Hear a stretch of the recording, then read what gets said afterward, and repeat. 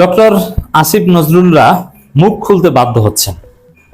Just start হয়ে গেছে, ঘটনা শুরু হয়ে গেছে। বিএনপি এবার মজা বুঝবে, কত ধানে কত চাল বিএনপি টের পাবে। মাঝে মাঝে আসিফ নজরুল মুখ খুলেন, জাস্ট ট্রেলার দেখাচ্ছেন।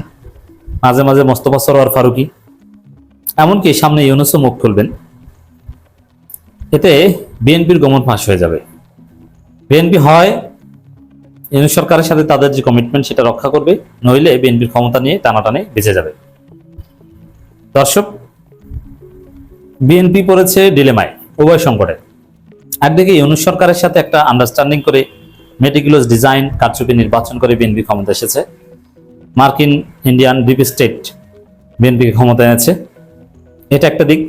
আর একটা দিক হচ্ছে যে আওয়ামী লীগের লোকজন বিএনপিকে ভোট দিয়েছে, যার ফলে আওয়ামী লীগ বা আওয়ামী লীগ পন্থী সেই বসুন্ধরা থেকে শুরু করে এস আলম সবার প্রত্যাশা, এবং তারা অনেক হেল্প করেছে বিএনপিকে। এস আলম, এই যে এস আলম, বসুন্ধরা, এগুলো সব এখন বিএনপির দখলে। তারা সবাই বিএনপিকে হেল্প করেছে এবং তারা সবাই টাকা পয়সা দিয়েছে, এবং তাদের যে ব্যবসা প্রতিষ্ঠানগুলো এগুলো মূলত বিএনপি দেখভাল করছে। বসুন্ধরার যে মিডিয়াগুলো এগুলো সব বিএনপি সাংবাদিকদের দখলে আছে। এস আলম বিষয়ক সম্পাদক তো সালাউদ্দিন আহমেদ নিজেই, স্বরাষ্ট্রমন্ত্রী নিজেই এস আলমের ওয়ান অফ দি ক্যাশিয়ার্স। তো এই জায়গায় তাদের একটা প্রত্যাশা যে বিএনপি ক্ষমতা এসেছে, এখন তো আমাদের সুদিন।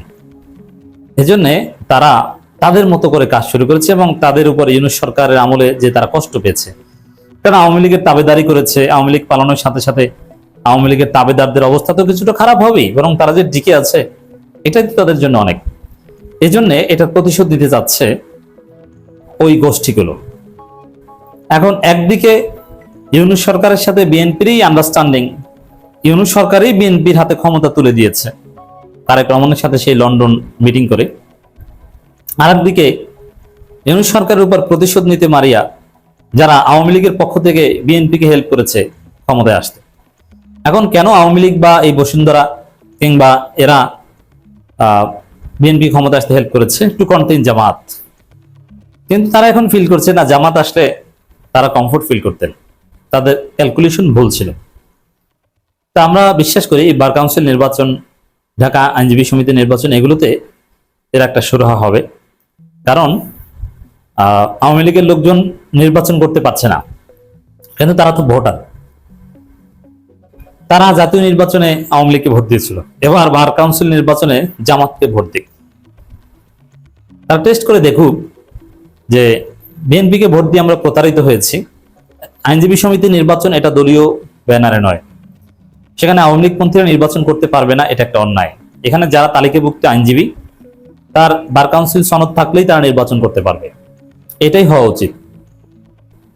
এবং এইখানে সরাসরি দলীয় পরিচয় না, নৌকা প্রতীকে নির্বাচন হচ্ছে না, অতএব বার কাউন্সিল নির্বাচন করতে পারবে না আওয়ামী লীগপন্থী আইনজীবীরা, এটা একটা মহা জুলুম, অগণতান্ত্রিক।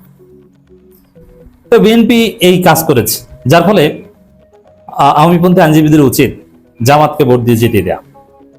তারপরে জামাত হয়তো এই সব জায়গায় রাজনীতি তারা ঢুকাবে না।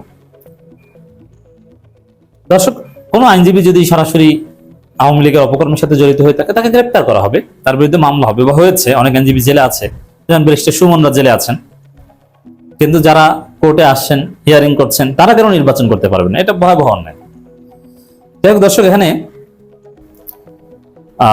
এখন যে ক্রাইসিসটা তৈরি হয়েছে, যে একদিকে বিএনপি সরকারের সাথে ইউনূস সরকারের আন্ডারস্ট্যান্ডিং, এবং সেই আন্ডারস্ট্যান্ডিং এর মধ্যে একটা হচ্ছে যে ইউনূস সরকার, আমরা বিএনপি তোমাদেরকে ক্ষমতা দিচ্ছি, তোমরা এট এনি কস্ট আমাদেরকে রক্ষা করবো, কারণ আমরা ক্ষমতা ছাড়ার পর আমাদেরকে নানানভাবে ইরিটেট করা হবে। অতএব তার ভয়াবহ প্রতিশোধ স্পৃহা ইউনূস সরকারের উপর আওয়ামীপন্থীদের আছে এবং থাকবে। কারণ আওয়ামী লীগের কবর এবং জানাজা ইউনূস সরকারের হাত ধরে হয়েছিল। অতএব অন্তর্বর্তীকালীন সরকারের উপদেষ্টাদের নিরাপত্তা বিএনপি নিশ্চিত করবে, এটা চুক্তির মধ্যে ছিল, বিএনপিকে ক্ষমতা এনে দেওয়ার চুক্তির মধ্যে ছিল। কিন্তু দেখা যাচ্ছে বিএনপির শক্তিতে বলিয়ান হয়ে আওয়ামীপন্থী মিডিয়াগুলো অন্তর্বর্তী সরকারের উপদেষ্টাদের চরিত্র হনন করছে, আওয়ামী স্টাইলে, ভারতীয় স্টাইলে। আসিফ নজরুল, মোস্তফা সরোয়ার ফারুকী এর বিরুদ্ধে মুখ খুলতে বাধ্য হচ্ছে। এখন অবস্থা এমন দাঁড়িয়েছে যে আসিফ নজরুল, মোস্তফা সরোয়ার ফারুকী এদের বিরুদ্ধে এই আওয়ামীপন্থী বিএনপি মিডিয়াগুলোর ষড়যন্ত্র যদি বন্ধ না হয়, এক পর্যায়ে কিভাবে বিএনপিকে ক্ষমতা দিয়েছে ইউনূস সরকার, বিএনপি কোথায় কি করেছে, কোন গোপন চুক্তি কোন জায়গায় বসে কি হয়েছে, সবগুলো আসিফ নজরুল্লাহ বলে দিতে পারেন এবং বিএনপিকে ভয় দেখাবেন আসিফ নজরুল্লাহ যে বিএনপি সরকার তোমরা আমাদেরকে এভাবে হয়রানি করা বন্ধ করো, যদি বন্ধ না করো তাহলে তোমাদের গোমর কিন্তু আমরা ফাঁস করে দিব। তবে হ্যাঁ, এটা ফাঁস করার আগে অবশ্যই আসিফ নজরুল্লাহ দেশ ছাড়বেন, তারা নিরাপদ আশ্রয়ে যাবেন ইউরোপ আমেরিকা, তারপরে গোমর ফাঁস করবে। তখন বিএনপি বুঝবে যে কত ধানে কত চাল। আসিফ নজরুলদের হাতে এই মহাশক্তি আছে, তারা বিএনপির ক্ষমতার রশি তাদের হাতে এক গোছ আছে এবং তারা ওটা নিয়ে টানাটানি শুরু করে দিতে পারে। আসিফ নজরুল এরকম আলামত বা ইঙ্গিত দেওয়া শুরু করেছে।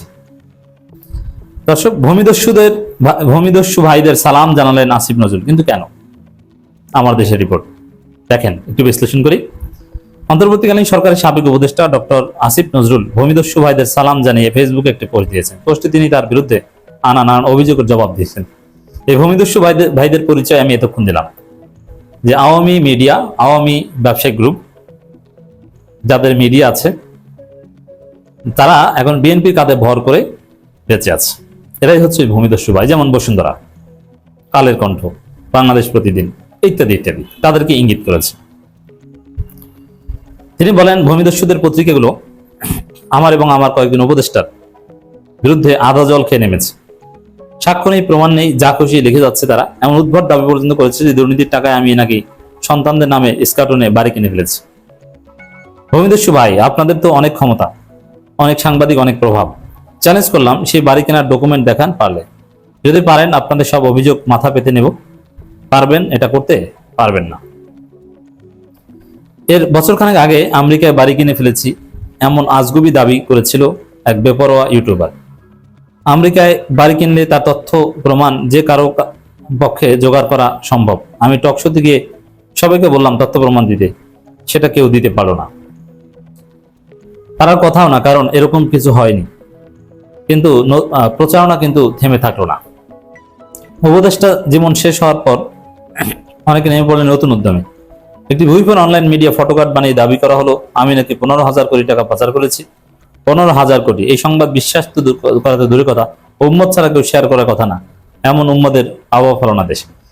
আওয়ামী লীগ খুব সিরিয়াসলি এগুলো প্রচার করবে। বিএনপি না থামাতে পারলে আসিফ নজরুল্লাহ অতিষ্ঠ হয়ে বিএনপির গোমর ফাঁস করা শুরু করবেন। বরং আসিফ নজরুলদের জীবন এভাবে যে তামাতামা করে দেওয়া হচ্ছে, তাদেরকে অপ্রীতিকর পরিস্থিতিতে ফেলা হচ্ছে, বিএনপি যদি তাদেরকে রক্ষা করতে না পারে, তাহলে বিএনপির গোমর ফাঁস করা শুরু করবেন ডক্টর আসিফ নজরুল্লাহ।